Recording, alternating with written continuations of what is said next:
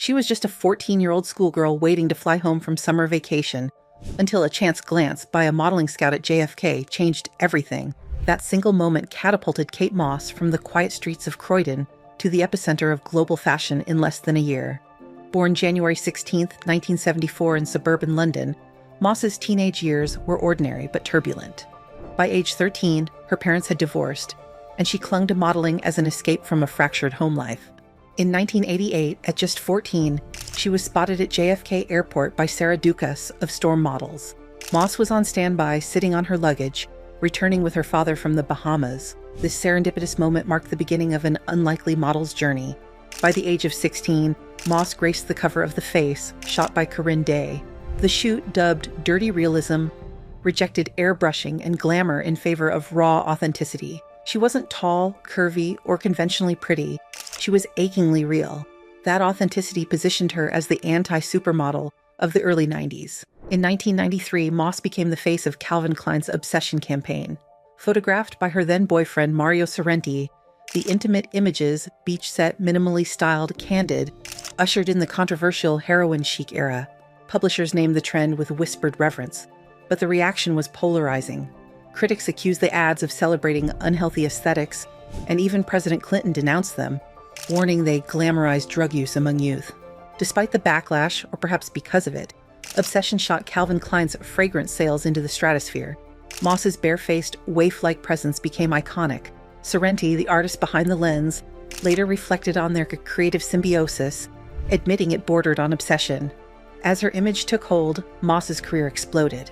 In the early 90s, she landed covers for Vogue, Harper's Bazaar, and Elle, leading designer runways in Paris, Milan, and New York. Within a few years, she graced more than 300 magazine covers, earning around $9 to $10 million a year at her peak. In 2007, Forbes ranked her second among the world's highest-paid models, with estimated annual earnings of $9 million. By that time, she was a bona fide cultural icon, a face recognizable in any city from Tokyo to Sao Paulo. But such rapid ascent carried its shadow. Critics questioned whether Moss was simply a figurehead for a movement that romanticized self-destruction. Behind the camera, whispers grew louder. Was she glamorous or just glamorizing casualty? This tension between adoration and alarm set the stage for the scandals to come. And when everything peaks too fast, the fall is never far behind. In September 2005, Kate Moss's carefully guarded image shattered overnight. A front-page spread by the Daily Mirror showed grainy but unmistakable images of the supermodel snorting cocaine in a recording studio, surrounded by a haze of drugs, music, and her then-boyfriend, Baby Shambles frontman Pete Doherty. For a woman who had spent more than a decade crafting an image of mysterious cool, the photos were a brutal blow, and the fallout was immediate. Within days, brands that had once fought to attach themselves to Moss's face now raced to cut ties. H&M scrapped a multi-million-pound campaign. Burberry and Chanel distanced themselves. Even Rimmel, her longtime cosmetics partner, quietly suspended her contracts. The headlines were ruthless. Cocaine Kate wasn't just a tabloid nickname. It became a global brand in itself, a cautionary tale unfolding in real time. Faced with mounting pressure, Moss released a rare public statement. She accepted responsibility, apologized for her behavior, and announced that she would be taking steps to address her personal issues. For a model famous for her silence, it was a crack in the armor. Behind the scenes, the British police opened an investigation into the drug allegations.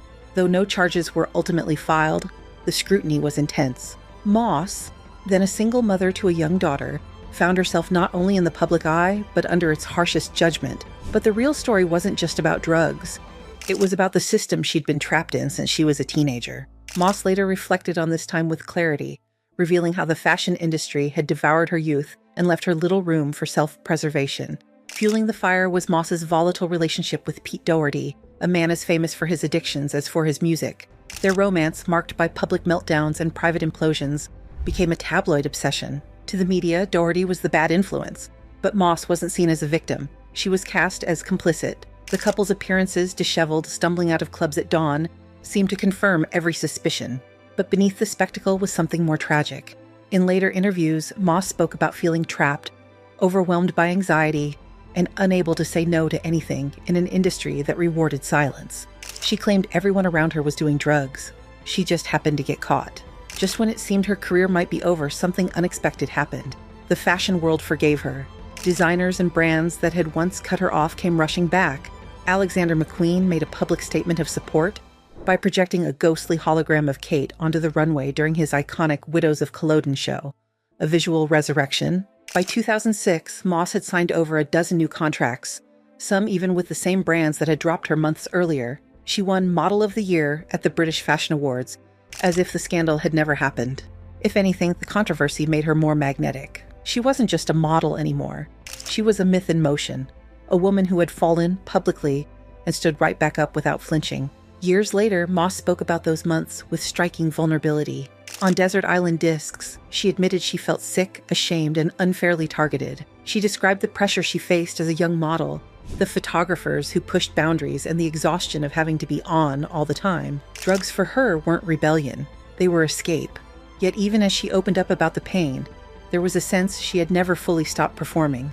She remained as ever in control of what the public could and could not see. By the end of 2006, Kate Moss had accomplished something few others in her position ever could. She turned a scandal into a renaissance. The media called it a comeback, but it was more than that. It was proof that Moss didn't just survive fame, she transcended it. Still, a quiet question lingered in the background. Was this the beginning of a new chapter, or just another loop in the cycle? Because for Kate Moss, the line between reinvention and relapse would always be razor thin. In 2025, Kate Moss remains fashion's indispensable icon. At 51, she fronts the spring-summer campaign for Self-Portrait, striding through London streets in outfits she personally selected, shot candidly by Johnny Dufour. The images, pasted in shop windows and shared online, present her as effortlessly cool, authentic, and eternally stylish. Earlier in the year, Moss reprised her role in Donna Karan New York's spring campaign, bringing her signature blend of soft sophistication and edgy elegance to a brand she helped define. She also returned as Isabel Marant's muse for the first time in 15 years, demonstrating that her style transcends decades. These high-profile partnerships show that brands still clamor for her rare blend of edge, versatility, and enduring appeal. Beyond the catwalk, Moss has ventured confidently into fashion entrepreneurship. In partnership with Zara and Primal Scream's Bobby Gillespie, she co-designed the 2025 festival collection, a homage to Glastonbury-era rock and thrift store boho chic. Photos show Moss and Gillespie playfully guiding the shoot, weaving nostalgia into wearable art. Her deep roots in the scene lend authenticity to a collection that resonates with both festival-goers and fashion devotees. It's another example of Moss reinventing the mainstream by blending underground credibility with commercial savvy. Moss's rise as an entrepreneur extends beyond fashion. Since launching the Kate Moss Agency in 2016, she has quietly grown a talent arm based on her instincts and network. The agency operates discreetly, yet it reflects her growing interest in building a legacy off the runway.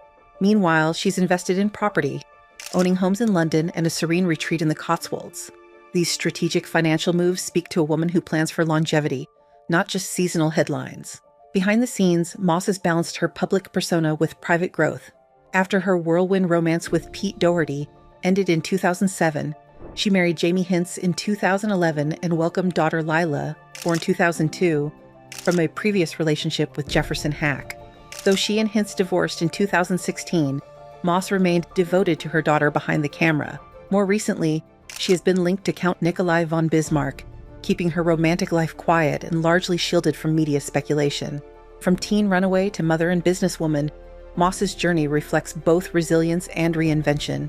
In 2022, Moss launched Cosmos, a wellness line rooted in her personal journey towards self-care, boasting skincare, teas, and fragrances branded as reflections of nature and Moss's own ritual practices.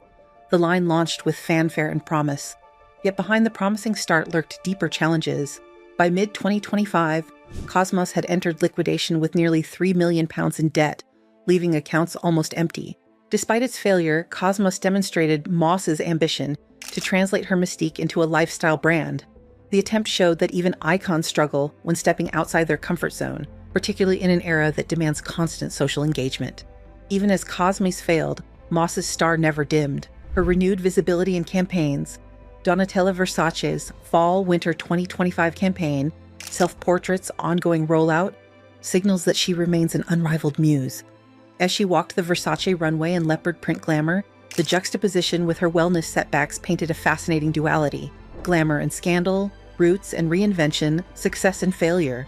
Over 3 decades, Moss has mastered the art of staying relevant without becoming predictable. In late June 2025, cosmetic enthusiasts and fans alike learned that Cosmos, Kate Moss's wellness venture launched in 2022, had entered voluntary liquidation. Official filings show she owed nearly £3 million, with just a few thousand quid left in bank accounts, an abrupt end to a brand promoted as a soulful, spiritual pivot away from her notorious party-era image. Yet almost simultaneously, Moss seemed to be tearing down the walls of her wellness cocoon. Just days after the brand's collapse, she resurfaced at BST Hyde Park, beer in hand, laughing, socializing backstage with musicians like Van Morrison, and flitting between the audience and VIP areas. The return of the old Kate, Lager-fueled, carefree, visible, was as dramatic as the demise of her clean living brand.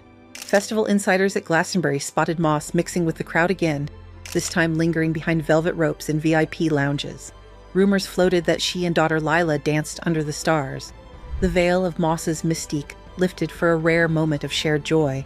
For the model who once turned wellies into couture on Worthy Farm in the 90s, it was a revival of the spirit that fueled her early fame, and a dramatic rebuke to her recent spiritual pivot. Moss's reappearance at Isabel Marant's Paris Fashion Week show in March sparked concern among fans. Caught on camera sitting arm-flailing, shifting in her seat and gripping the photographer next to her, she appeared jittery and distracted, a stark contrast to the regal composure she's usually known for. The viral clip, shared widely on social platforms, generated mixed reactions. Some viewers felt disquiet, writing, "This is scary. She really needs to calm down," while others defended her, noting that Moss often springs into movement the moment cameras flash. Just days later in central London, paparazzi caught Moss casually sipping a Corona and puffing on a cigarette. For anyone who remembered her as the sober, moon-bathing goddess of Cosmos, the sight of her smoking and drinking was both shocking and strangely comforting. It was a snapshot that said, "This is real. I choose to show you both." The contrast between wellness guru and street-style rebel was stark and intentional. Notably, despite the wellness brand debacle and nightlife resurgence, Moss remains indispensable in the fashion world. In early July, she stepped out in a jaw-dropping leopard print ensemble from Donatella Versace's final collection. The outfit and her presence stopped pulses. Her ability to seamlessly shift from crystal-adorned wellness ambassador to run the runway supermodel is uncanny. Versace's choice to spotlight her was more than fashion. It was a rebuke to those who wrote her off. What Moss's recent months reveal is a fierce duality. She sought balance, then chose freedom. Her Cosmos' brand was earnest, a ritual of teas, scents, and moonlight cleansings. Inevitably, price, personality, and pandemic fatigue caught up. Still, when that chapter closed, Moss didn't disappear. She celebrated life instead. There's no judgment in her choice. Some fans cheer the resurgence, others worry. But through it all, Moss is undeniably herself, unfiltered, unapologetic, and untouchable. So by mid-2025, the question becomes, which Kate Moss will remain dominant? The mindful mentor of Cosmos? The festival queen of her youth? Or something entirely new, an icon who refuses to stay inside any box? Only time will tell, but one truth shines clear. Kate Moss will always command attention, no matter what she wears, where she goes, or what drink she's holding. And that, it turns out, may be her greatest legacy. What are your thoughts on this? Let us know in the comments below. If you like this video, don't forget to like and subscribe to the channel for the latest 80s and 90s supermodel era videos.